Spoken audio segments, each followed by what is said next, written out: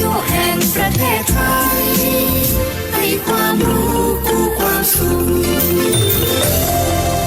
ที่นี่สถานีวิทยุกระจายเสียงแห่งประเทศไทยจังหวัดลำปางทำการส่งกระจายเสียงในระบบ FM ความถี่ 97 เมกะเฮิรตซ์ จากนี้ไปเชิญติดตามรับฟังรายการสื่อศิลป์ถิ่นล้านนาค่ะคนเมืองหรือเปล่าถ้าเป็นคนเมืองแล้วบ่อู้กับเมืองแล้วจะฮื้อไผมาอู้สื่อสินถิ่นล้านนา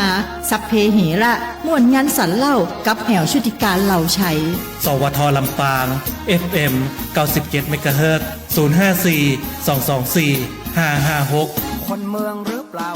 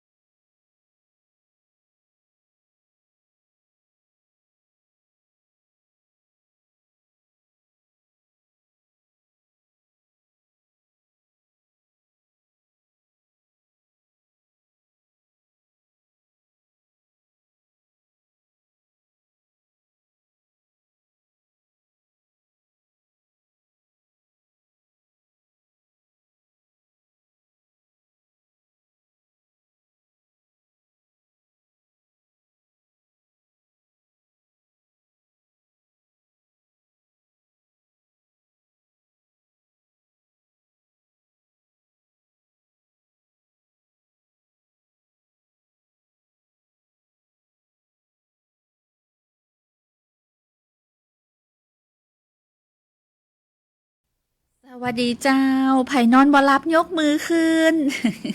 เหมือนเพลงที่จบไปว่านอนบ่หลับอีนะก็จะเป็นบางคนเนาะแต่ว่าอาจจะมีเหตุปัจจัยเฮาที่เฮาบ่หลับนี่เพราะหยังกาแฟคาเฟอีนนักเกินไปก็หรือว่าเป็นเพราะว่าอาจจะมีเหตุปัจจัยอันหยังในวันนั้นเนาะ ทำให้ตาแข็งทำให้บ่ค่อยหลับแต่บางคนก็ย้อนโรคภัยไข้เจ็บอีนะในตัวบางคนต้องเปิ้งยานอนหลับบางคนที่หลับง่ายอีนะเป็นที่คอยนะคุณผู้ฟังเจ้า ต้อนรับคุณผู้ฟังเข้าสู่รายการสื่อสินถิ่นล้านนาแอลชุติการเราชัยรายงานตัวบ่าย2 โมงถึง3 โมงเจ้าคนเมืองแม่นก็ถ้าเป็นคนเมืองต้องอู้เมืองแกว่นนะคนเมืองถ้าบ่อู้กับเมืองแล้วจะคือไผ่มาอู้เนาะอู้กับเมืองกันเตอเจ้าร่วมกันอนุรักษ์สืบสานภาษาไทยถิ่นล้านนาเฮานะเจ้าคนภาคอื่นอย่างใครอูเมืองแกว่นเพราะฉะนั้นเฮาเป็นคนเมืองเฮาถนัดกำเมืองอูใส่กันมาบตาใส่กันอย่างหู้เรื่อง แต่ก็0542245556เจ้าอยู่พร้อมกับเบอร์โทรในห้องส่ง FM 97 เมกะเฮิรตซ์อาจจะมีเสียงเล็ดลอดอันยังไปก็ต้องขอสู่มาในช่วงนี้เสียงอาจจะบัดได้ 100% เพราะว่าเป็นห้องส่งชั่วคราว ถ้าเกิดว่ารถวิวออันยังดังตั้งนอกน่ะถึงได้ยินเข้ามาในห้องส่งโมดนะคุณผู้ฟังเจ้าก็ต้องขอสู่มาในช่วงของการที่เฮาปรับปรุงห้องส่งใหม่ของเฮาเจ้าเนาะปุ้นอะ270 วันตามที่หัวหน้าช่างบอกนะก็คือประมาณเดือนพฤศจิกายนปุละกว่าจะแล้วนี่นะเจ้าที่จะได้ใช้อุปกรณ์เครื่องไม้เครื่องมือใหม่ห้องส่งใหม่นะวันนี้ก็อยู่ในช่วงของห้องส่งชั่วคราวไปก่อนเนาะ0542245556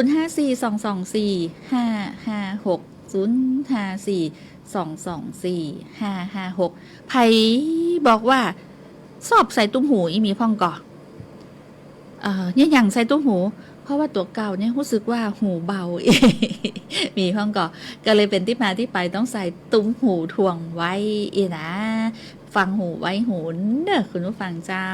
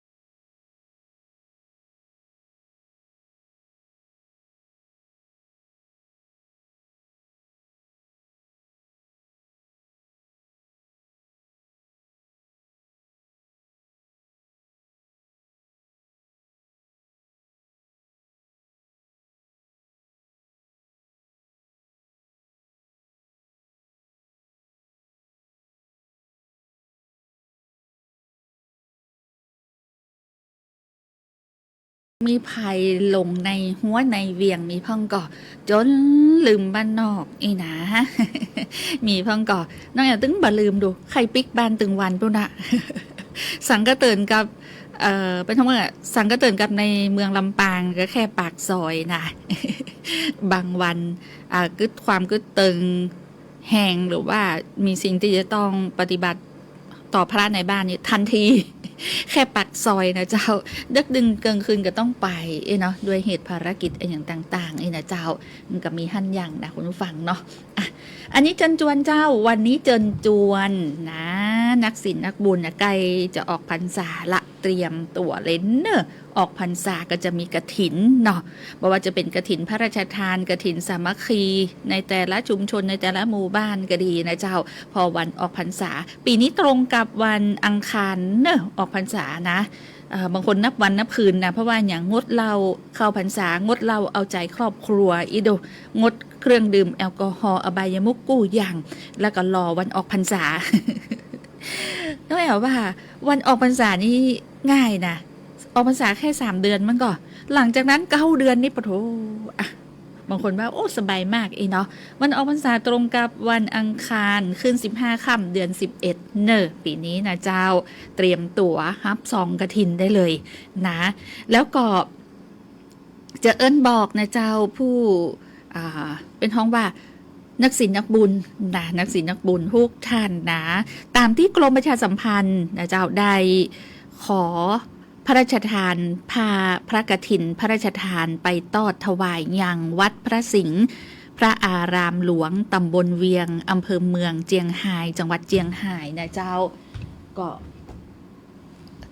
จะดำเนินการเนาะตอดในวันเสาร์ที่25 ตุลาคม 2568 เวลา 10 โมงเกิงเจ้าขอเรียนเชิญผู้ที่มีจิตศรัทธาร่วมงานทอดกฐินพระราชทานครั้งนี้โดยพร้อมเพรียงกันแล้วก็สามารถร่วมทำบุญเพื่อถวายพระราชกุศลได้ที่ธนาคารกรุงไทยเลขที่บัญชี 068-006-0154 ชื่อบัญชีว่ากฐินกรมประชาสัมพันธ์นะเจ้าถ้าไผหันเพจของสวทลำปางเนาะที่ได้แชร์ขึ้นเพจเนี่ยก็จะมี QR code คือได้สแกนเรียบร้อยเลยนะเจ้าแจ้งรายละเอียดกันร่วมทำบุญเพื่อออกใบอนุโมทนาบัตรและก็ร่วมสืบสานประเพณีตานกฐินสร้างบุญสร้างกุศลอันยิ่งใหญ่พร้อมกันเนาะคุณผู้ฟังเจ้าก็เจิญจวนเนาะแต่ว่ากฐินเนี่ยจะเอาไปตอดที่วัดพระสิงห์พระอารามหลวงตำบลเวียงอำเภอเมืองเจียงไฮ้จังหวัดเจียงไฮ้ในวันเสาร์ที่25 ตุลาคม 2568 ตอนนี้ก็เจิญจวนผู้มีจิตศรัทธาร่วมเนาะร่วมทำบุญเพื่อถวายพระราชกุศลเนาะได้ที่ธนาคารกรุงไทยเลขที่บัญชีย้ำแห่มกรรม 068-006-0154ชื่อบัญชีกฐินกรมประชาสัมพันธ์เจ้าอันนี้ก็บอกบุญเนอะคุณผู้ฟังเจ้าซึ่งเป็นกฐินพระราชทานนะเจ้าตามที่กรมประชาสัมพันธ์ขอพระราชทานผ้าพระกฐินพระราชทานไปตอดถวายอย่างวัดพระสิงห์พระอารามหลวงตำบลเวียงอำเภอเมืองจังหวัดเจียงไฮ้เจ้าเนาะเป็นบอกว่าห่วมบุญนี่นะกฐินนี่นะกฐินนี่หลายคนบอกเจอกู้ปีนะถามตามกำลังศรัทธาเฮาเจ้าเนาะได้บุญเหมือนกันเจ้าอันนี้ก็เจิญจวนเนอผู้มีจิตศรัทธาเจ้าร่วมบุญด้วยกันแถมเรื่องหนึ่งที่จะต้องบอกเลยคุณผู้ฟังเจ้าในช่วงนี้นี่นะต่างกรมอุตุนิยมวิทยาเป็นก็ออกมาเตือนเนาะว่าในช่วงนี้จนถึงวันที่27 กุมภาพันธ์เนี่ยภาคเหนือก็ดีภาคกลางก็ดีอีสานตะวันออกนี่นะตลอดถึงกรุงเทพมหานครปริมณฑลเนี่ยเพื่อระวังอันตรายจากฝนที่ตกหนักหรือว่าอาจจะเกิดน้ำท่วมฉับพลันน้ำป่าไหลหลากได้นะจนถึงวันที่27 กันยายนเนอะฟังข่าวสารจากทางราชการโดยคุณผู้ฟังเจ้าตลอดถึงกรมอุตุนิยมวิทยาเนาะก็สามารถที่จะติดตามข่าวสารได้นะเจ้าเพราะว่าในช่วงนี้เป็นช่วงฤดูฝนแล้วมีพายุตัวที่ชื่อ รากาซานะที่เคลื่อนเข้าสู่ทะเลจีนใต้เนี่ยก็เป็นอิทธิพลเนาะในส่วนของร่องมรสุมและก็พายุไต้ฝุ่นรากาซานะเจ้าซึ่งมีความโวยลมสูงสุดใกล้ศูนย์กลางอยู่ที่185กิโลเมตรต่อชั่วโมงแล้วก็เคลื่อนตัวต่างทิศตะวันตกค่อนไปทางเหนือเล็กน้อยคาดว่าจะเข้าสู่ทะเลจีนใต้ในวันนี้22กันยายนก่อนที่จะเคลื่อนผ่านเกาะฮ่องกงและก็ไหหลำลงสู่อ่าวตังเกียและก็อ่อนกำลังเป็นพายุโซนฮ้อนขึ้นฝั่งเวียดนามและก็ลาวตอนบนลำดับต่อไปนะเจ้าและก็ทำให้มีหลายภาคเนาะของประเทศไทยที่จะได้รับผลกระทบในช่วงวันที่23ถึง26กันยายนนี้เพราะว่าศูนย์กลางพายุยังคงอยู่ในทะเลจีนใต้ตอนบนส่งผลให้มรสุมตะวันตกเฉียงใต้ที่ปกคลุมทะเลอันดามันอ่าวไทยมีกำลังแห่งขึ้นเจ้าแล้วก็ประเทศไทยกับมีฝนเพิ่มขึ้นทั่วทุกภูมิภาค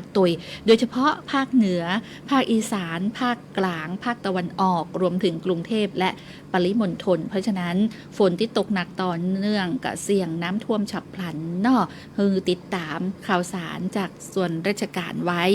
หรือว่าติดตามฝนฟ้าอากาศจากกรมอุตุนิยมวิทยาไว้ตัวนะเจ้าทางด้านปภ.กรมป้องกันและบรรเทาสาธารณภัยตอนนี้เป็นเกาะรายงานว่าประเดี๋ยวนี้มีน้ำท่วมใน14จังหวัดเจ้าครอบคลุม56อำเภอมีบ้านเรือนพี่น้องประชาชนกว่า 72,000 ครัวเรือนแล้วก็ผู้ที่ได้รับผลกระทบ 246,000 คนเนี่ยเจ้าประกะมีผู้เสียชีวิตแล้ว3รายโดยจังหวัดที่ได้รับผลกระทบมีพิษณุโลกเพชรบูรณ์พิจิตรนครสวรรค์อุทัยธานีชัยนาทสิงห์บุรีอ่างทองสุพรรณบุรีพระนครศรีอยุธยาปทุมธานีนครปฐมฉะเชิงเทราและอำนาจเจริญเจ้า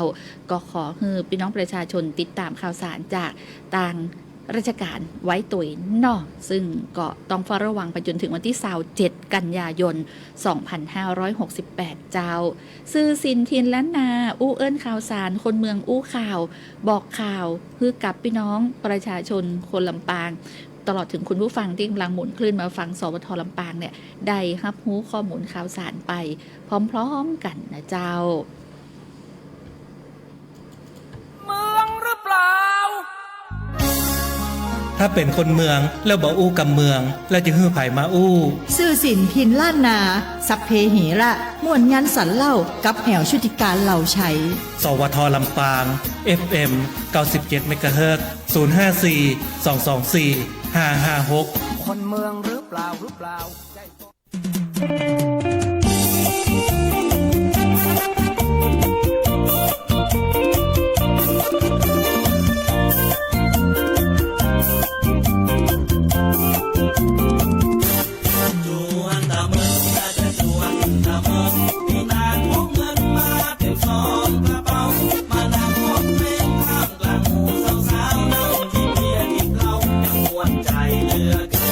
ตั้งแต่ซิกมาได้5 เดือนผ่านไปยังบ่เคยไปไหนมางอมใจจริงๆบังเอิญลานบ่าวปาเข้าซุ้มเบียร์สิงหันน้องๆแม่ยิงยังนุ่งสั้นเหลือเกินนุ่งเสื้อบางแต่ลากเข้าแห่ขี้ปุ่มปากันนั่งล้อมรุมจวนพี่นานห้องเพลงเขานุ่งสั้นๆอู้กันเองมันสนุกคลื่นเครงถึงบ่เสียดายเงินพี่นางพกเงินมาเต็มซองกระเป๋ามานั่งพบเพลงท่ามกลางหมู่สาวๆนั่งกินเบียร์ที่เขายังมวนใจเหลือเกินยุบนิดหอมหน่อยเขาก็บอกว่าได้น้องใส่แป้งยี่ห้อไหนหอมซึ้งใจเย้ายวนนักร้องสาวๆได้ถึงข่าวถึงนวลหมู่สู่หูว่ามวนก็ยังบาจวนตะเมินสตังค์ที่มียินดียกมือน้องแต่พี่นานขอร้องว่าห้ามอยู่ตั้งบนคนเมืองเปิ้นถือถ้าไปอ่อนกว่าตนจะนั่งจะเตี้ยวตั้งบนเปิ้นถึงถือมาเมิน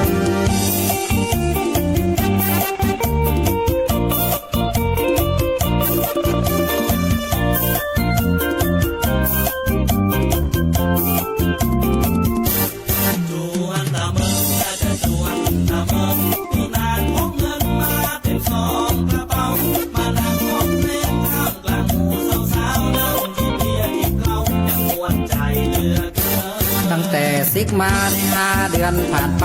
ยังบอกเคยไปไหนมางอมใจจริงๆบังเอิญหลานบ่าวพาเข้าซุ้มเบียร์สิงหันน้องๆแม่ยิงยังนุ่งสั้นเหลือเกินเสื้อบางแต่ลากเขาแห่ขี้ปุ่มพากันนั่งล้อมรุมชวนพี่นานห้องเพลงเขานุ่งสั้นๆดูกันเองมันสนุกคลื่นเพลงจึงบ่เสียดายเงินยุบนิดหอมหน่อยเขาก็บอกว่าได้น้องใส่แป้งยี่ห้อไหนหอมซึ่งใจเย้ายวนนักร้องสาวๆได้ถึงข่าวถึงนวลหมู่สู่หูว่ามวนก็ยังบ่จวนตะเมินสตังค์ที่มียินดียกมือน้องแต่พี่นานขอร้องว่าห้ามอยู่ทางบนคนเมืองเพิ่นถือถ้าไปอ่อนกว่าตนจะนั่งจะเที่ยวทางบนเพิ่นถึงถือมาเมิน พี่นานพกเงินมาเต็มซองกระเป๋า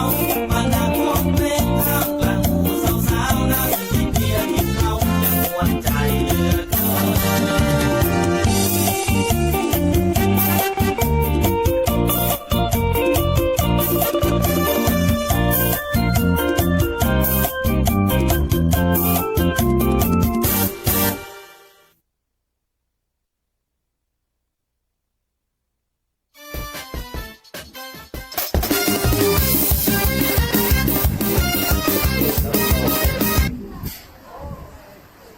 ฮัลโหล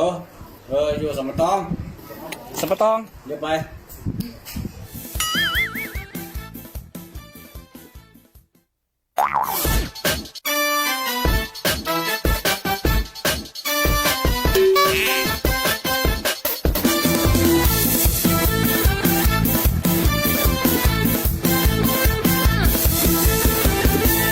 เกิดเป็นคนหยาบจนน้ำใจ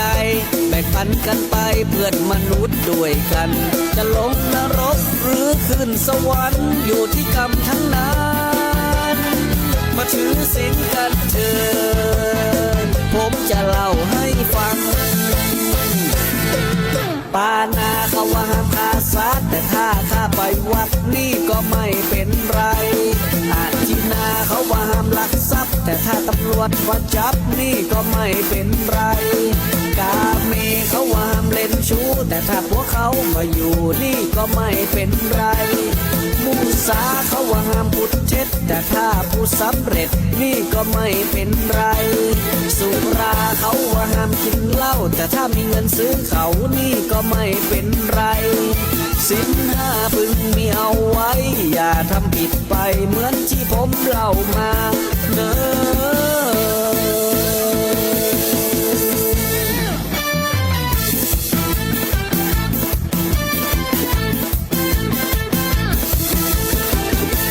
มือถือสากปากถือศีลเป็นหาจินหลอกตัวเองทำไม่ดีชีวิตเจ๊งจงยำเกรงต่อบาปนะโยมคิดดีทำดีเข้าไว้ทำมาเตือนใจศีลห้าดีงามบาปบุญอยู่ที่การกระทำมันเป็นผลกรรมหากทำสิ่งใด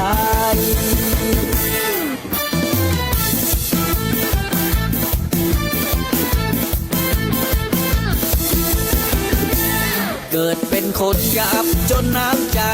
แบ่งปันกันไปเพื่อนมนุษย์ด้วยกันจะลงนรกหรือขึ้นสวรรค์อยู่ที่กรรมทั้งนั้นมาถือศีลกันเถิดผมจะเล่าให้ฟังปานาเขาว่าห้ามฆ่าสัตว์แต่ถ้าฆ่าไปวัดนี่ก็ไม่เป็นไรอาทินาเขาว่าห้ามลักทรัพย์แต่ถ้าตำรวจมาจับนี่ก็ไม่เป็นไรกาเมเขาว่าห้ามเล่นชู้แต่ถ้าพวกเขามาอยู่นี่ก็ไม่เป็นไรมุสาเขาว่าห้ามพูดเท็จแต่ถ้าพูดสำเร็จนี่ก็ไม่เป็นไรสุราเขาว่าห้ามกินเหล้าแต่ถ้ามีเงินซื้อเขานี่ก็ไม่เป็นไรศีลห้าพึงมีเอาไว้อย่าทำผิดไปเหมือนที่ผมเล่ามาเนอ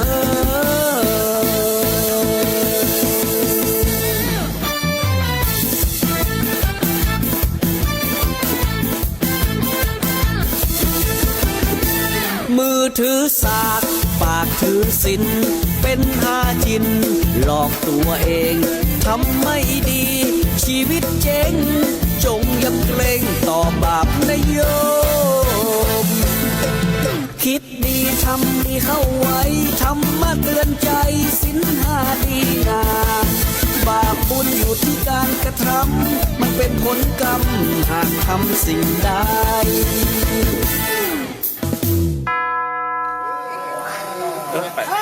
ศีลห้าบาปบุญอยู่ที่การกระทำนะเจ้าเนาะคุณบอกว่าทำดีได้ดีแต่นะสิ่งดีๆตัวมาเจ้าอ่ะอันนี้เอิ้นบอกเนาะสำหรับใครที่จะไปพอเนาะไปร่วมงานเตอร์อะเฉลิมพระเกียรติรัชกาลที่8เนาะที่ได้จัดขึ้นที่วัดสุเทพทัตวรารามนะเจ้าก็วันนี้นี่ไฮไลท์นี่มีการแสดงศิลปะวัฒนธรรมของละอ่อนและเยาวชนโรงเรียนประชาราษฎร์บำเพ็ญมีการแสดงจากศิลปินไรอันนะเจ้ากาดบัณฑิตแชมป์รายการใหม่มดนี่เสียงโจก200 สมัยอินาที่วัดสุเทพโคสุมาจะที่วัดสุทัศน์เทพวรารามเขตพระนครกรุงเทพมหานครนะวันนี้เริ่มตั้งแต่6 โมงแรงเป็นต้นไปนะพบกับการแสดงต่างศิลปะและวัฒนธรรมของเด็กและเยาวชนโดยโรงเรียนประชาราษฎร์บำเพ็ญทุ่มถึง2 ทุ่มเกินนี้เป็นการแสดงจากศิลปินเนาะไรอันกาดบัณฑิตแชมป์รายการไมมดนี่เสียงโจก200 สมัยนะอันนี้ก็เป็นไฮไลท์ที่เอิญบอกเผื่อไผ่มีญาติพี่น้องอยู่ตังปุ้นหรือว่าไผ่มีโอกาสไปพอกิจกรรมเนาะก็ไปได้ที่วัดเนาะที่บอกไปก็คือวัดสุทัศน์เทพวรารามนะเจ้ากับการแสดง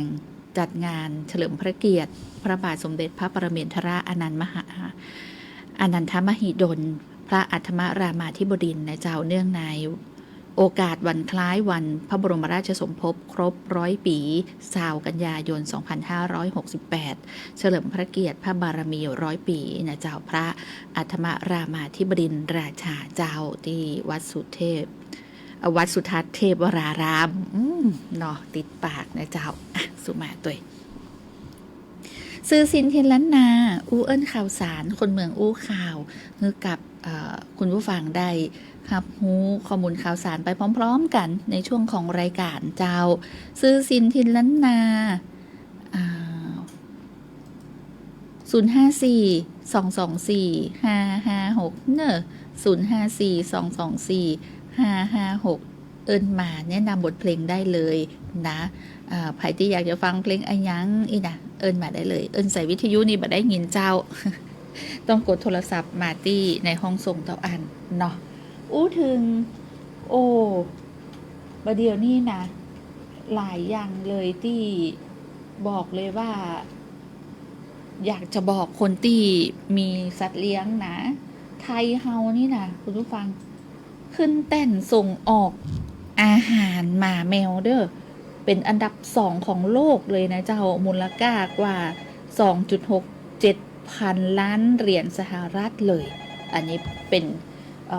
ขึ้นเต้นการส่งออกอาหารสุนัขและแมวอีนะเจ้าก็เลยบอกฮู้ว่าอาหารสัตว์เนี่ยของไทยนี่ละบ่ธรรมดานะหลายคนวันนั้นไปร้านสะดวกซื้อเนาะตกใจเจ้ามีเป็นห้องอย่างมีลูกค้าของร้านสะดวกซื้อไปถามเจ้าหน้าที่บอกว่าอาหารหมาที่ห้อไหนล้ำเนี่ยไข้หัวกันเต็มนะเจ้าเจ้าหน้าที่ไข้หัวกันพนักงานนะกลายเป็นเขาก็แล้วไข้หัวในใจเขาไข่มาจิ้มอาหารหมาแมวนั้นเนาะ จะได้รู้ว่าล้ำหรือบ่ล้ำนี่นะคนที่จะตอบได้ก็ต้องเป็นน้องหมาน้องแมวอะเนาะ เอาสายนี้จากที่ไหนตังใดจ้าไปตึงแบบฟังนะเป็นแบบฟังนะสวัสดีเจ้าสวัสดีเจ้าสวัสดีเจ้านันเตอร์สายนี้สวัสดีเจ้าหลุดไปเหียจอยปตันสักกรรมสุมาเนอะโทรมาใหม่กันแล้วกันนะสายนี้เนี่ยเจ้าห้าปตันสักกรรมเอาเป็นว่า อยากฟังเพลงไอ้หยังเอิ้นมากันแล้วกัน เอิ้นใส่วิทยุบ่ได้ยินต้องกดมาที่0542245556เน้อคุณผู้ฟังเจ้า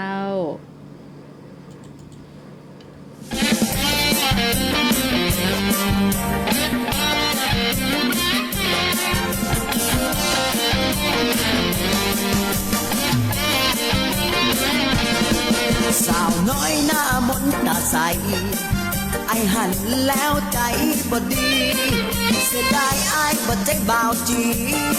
ใจบ่ดีเมื่อหันสาวน้อยสาวน้อยงามแต่งามว่ามานั่งแปลงหน้าตาลอยมีแฟนแล้วก็สาวน้อย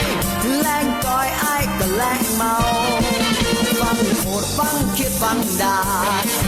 ฟังว่าไอเป็นบ่าวเขาสาวน้อยจะไปเชื่อเขาบ่าวเท่าก็มีหัวใจบ่าวเท่าลักเมาละอ่อนมันตึงมันเดือดร้อนไผมันเป็นเรื่องของหัวใจไอ้ถึงฮักเมาสาวน้อย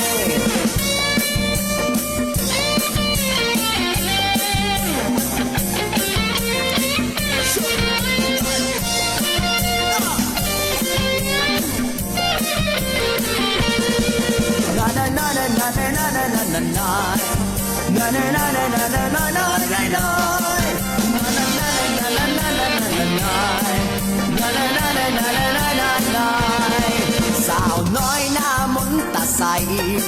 อายหันแล้วใจบ่ดีเสียดายอายบ่ใจบ่าวจีใจบ่ดีเมื่อหันสาวน้อยสาวน้อยงามแต่งามว่ามานั่งแปลงหน้าตาลอยมีแฟนล่ะก็ยังสาวน้อ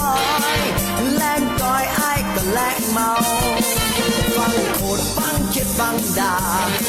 ฟังว่าอายเป็นบ่าวเขาสาวน้อยจะไปเชื่อเขาบ่าวเท่าก็มีหัวใจบ่าวเท่าลักเมาละอ่อนมันดึงมันเดือดร้อนไผมันเป็นเรื่องของหัวใจไอ้ถึงฮักเมาสาวน้อยนั่นนั่นนั่นนั่นนั่นนั่นนั่น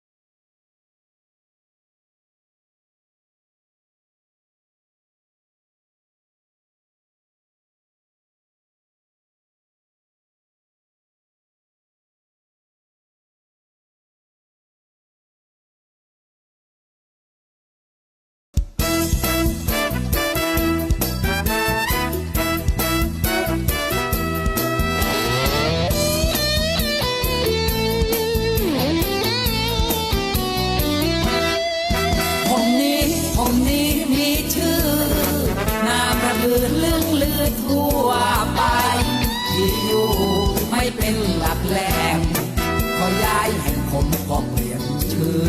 ไป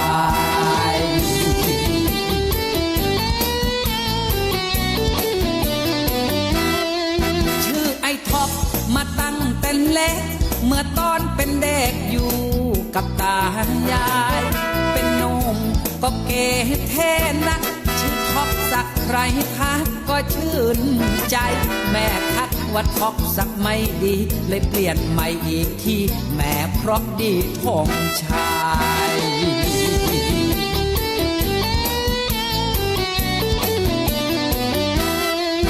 อุตส่าห์ทำมาหากินละทั่วถิ่นเมืองไทยรับเมาก็ใช้ชื่อหวดไปอาบอบนวดชื่อชูวิทย์นั่นไงค้าขายผมก็ใช้ชื่อเฮงก็ค้าขายแล้วเจ๊งผมก็ชื่ออุทัย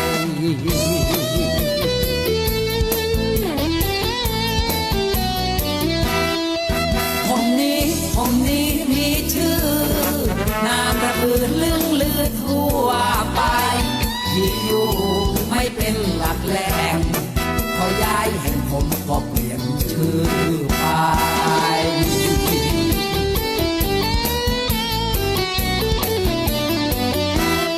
เป็นเท้าแช่ผมก็ชื่อสมพงษ์เปียแล้วโกงผมก็ชื่อสมชายเซ็นเช็คผมก็ชื่อบุญเพ่งถ้าหากเช็คเด้งแล้วผมก็ชื่อชาติชายรับหวยผมก็ชื่อบุญปลูกหากว่าใครแทงถูกผมก็ชื่อหลีกหาย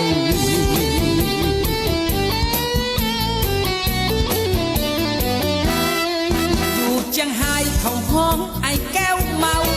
มาอยู่พะเยาเปลี่ยนเป็นแก้วมาลูนมาอยู่ลำพูนเขาห้องไอ้แก้ววอกอยู่เชียงใหม่ขอบอกเปลี่ยนเป็นแก้วลืมลายชีวิตผมโชคชนเต็มที่เหนือกว่านี้คงจะไม่มีใครเหนือฟ้าก็ยังมีฟ้าเหนือกว่ายาก็ยังมีควายสุดท้ายชื่อวิทูลใจพรหมเป็นนักร้องเสียงคมกล่อมให้ท่านสุขใจ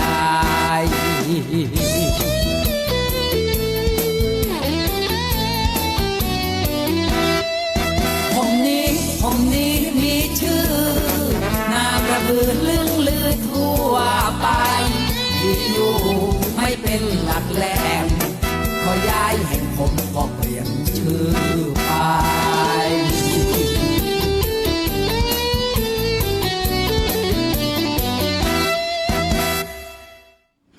เหตุและผลของการเปลี่ยนชื่อหลายชื่อนี่คืออย่างค่ะบางคนก็บอกว่าโอ้เพื่อเปิดเป็นเนาะเปิดดวงเปิดโจกเนาะคนตักคือเปลี่ยนชื่อพ่องอีน่ะเอาเติ้นน่ะชื่อไอ้แก้วไอ้คำปีจันปีดีที่แม่ป่อพระในบ้านตั้งเฮานะนั่นน่ะดีที่สุดนะเจ้าแต่บางคนเป็นมีเหตุจำเป็นที่จะต้องเปลี่ยนนี่น่ะแต่ฟังเพลงไอ้วิทูลที่จบไปผู้ชายป้อใจหลายชื่ออ่ะไปจังหวัดไหนก็เปลี่ยนนี่ก็แสดงว่ามีประวัติกันเนาะคนมีประวัติเนาะมาน่าไว้วางใจมันก็ จะบอกว่าคนเจ้าชู้นี่กับว่าแหมน้อยนะคุณผู้ฟังเจ้าเป็นอย่างเป็นเหตุและผลเนาะเป็นเพลงที่สลาแต่งเพลงเป็นแต่งเอาไว้เจ้าวันนี้เจ้าขอบคุณจัดนะขอบคุณจัดหลายขอบคุณบาดายบ่มีอย่างหืนเนื่อแฟนรายการที่อูเอิญถึงการขอให้มีสุขภาพกายสุขภาพใจสมบูรณ์แข็งแรงแบบ 100% เจ้าเดี๋ยวข้อมูลเรื่องของบัตรสวัสดิการแห่งรัฐที่เอิญมาถามเนาะเดี๋ยวน้องแอลไปถามข้อมูลที่ถูกต้องแล้วก็มาอูเอิญในวันพุธเนอแล้วก็มีไข่แหมที่บ่ได้บ่ได้เอ่ยถึงก็ต้องขอสุมาโดยบางท่านเนี่ยกดโทรศัพท์บัตรตันเปิ้ลนี่นะเพราะว่ามีเบอร์เดียว ในห้องส่งมีเบอร์เดียวคือ0542245556เจ้าก็เลยเป็นที่มาที่ไปบางทีบางคนก็สายปันกันเนี่ยเนาะโทรมาพร้อมกันเป็นสายเบาบ้างไปก็ต้องขอสุมาตัวเนอร์วันพุธมาป้ากันแห่งใหม่ในช่วงบ่าย2 โมงถึง3 โมงกับสื่อศิลป์ถิ่นล้านนาเจ้าวันนี้แอลชุติการเหล่าชัยต้องนำรายการจากลาคุณฟังแต่เพียงเต้าอีสวัสดีเจ้า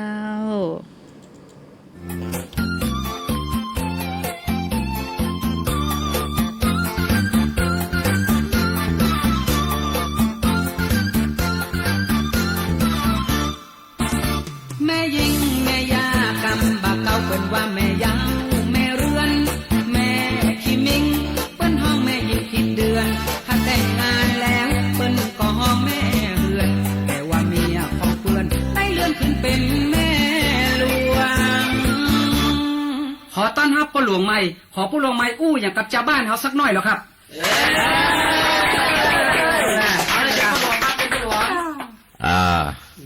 อันก่อนว่าอันหมู่เฮาเอามาเฮ้อะค่ะเพ่เดี๋ยว เอามาเฮ้อะแม่หลวงเพ่ที่หมู่เฮาเจ้าบ้านได้เลือกผัวแม่หลวงมาเป็นผู้นำแม่หลวงก็ว่าถูกต้องและเหมาะสมแล้ว ถ้าอู้ถึงความเป็นจริงน่าจะได้เป็นก่อนพ่อหลวงตายก่อนมันน่าจะยืดเยื้อมาถึงขนาดนี้แต่บ่เป็นหยังเป็นรุ่นกับปดรุ่นจะได้ป้องกันเมินๆถ้าพี่น้องมีปัญหาอย่างมาปรึกษาแม่หลวงตะโอ้บ่เดียวไผเป็นพ่อหลวงกันแน่สู จะไปมาห้องสูนี่เด้อเดี๋ยวเจ้าบ้านมันจะได้ยินมันจะมานับถือค่ะห้องข้าแม่หลวงขอพ่อหลวงอู้ขอพ่อหลวงอู้พ่อหลวงนี่แค่แม่หลวงนะขอพ่อหลวง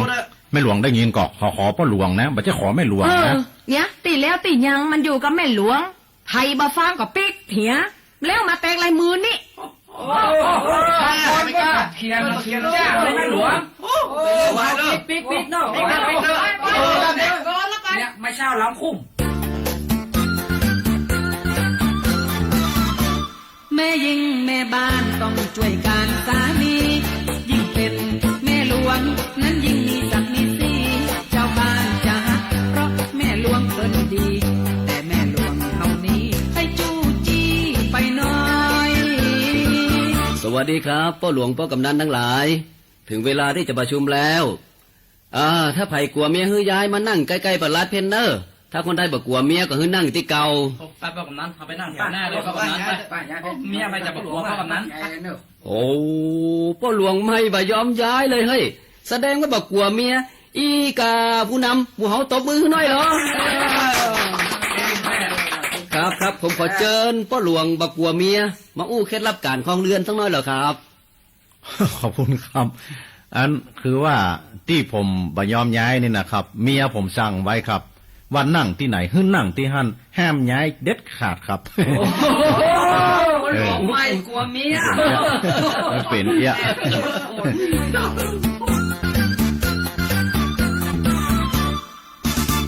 ป้อใจจะเสียราคาถ้าเมียอยู่นานเกินไป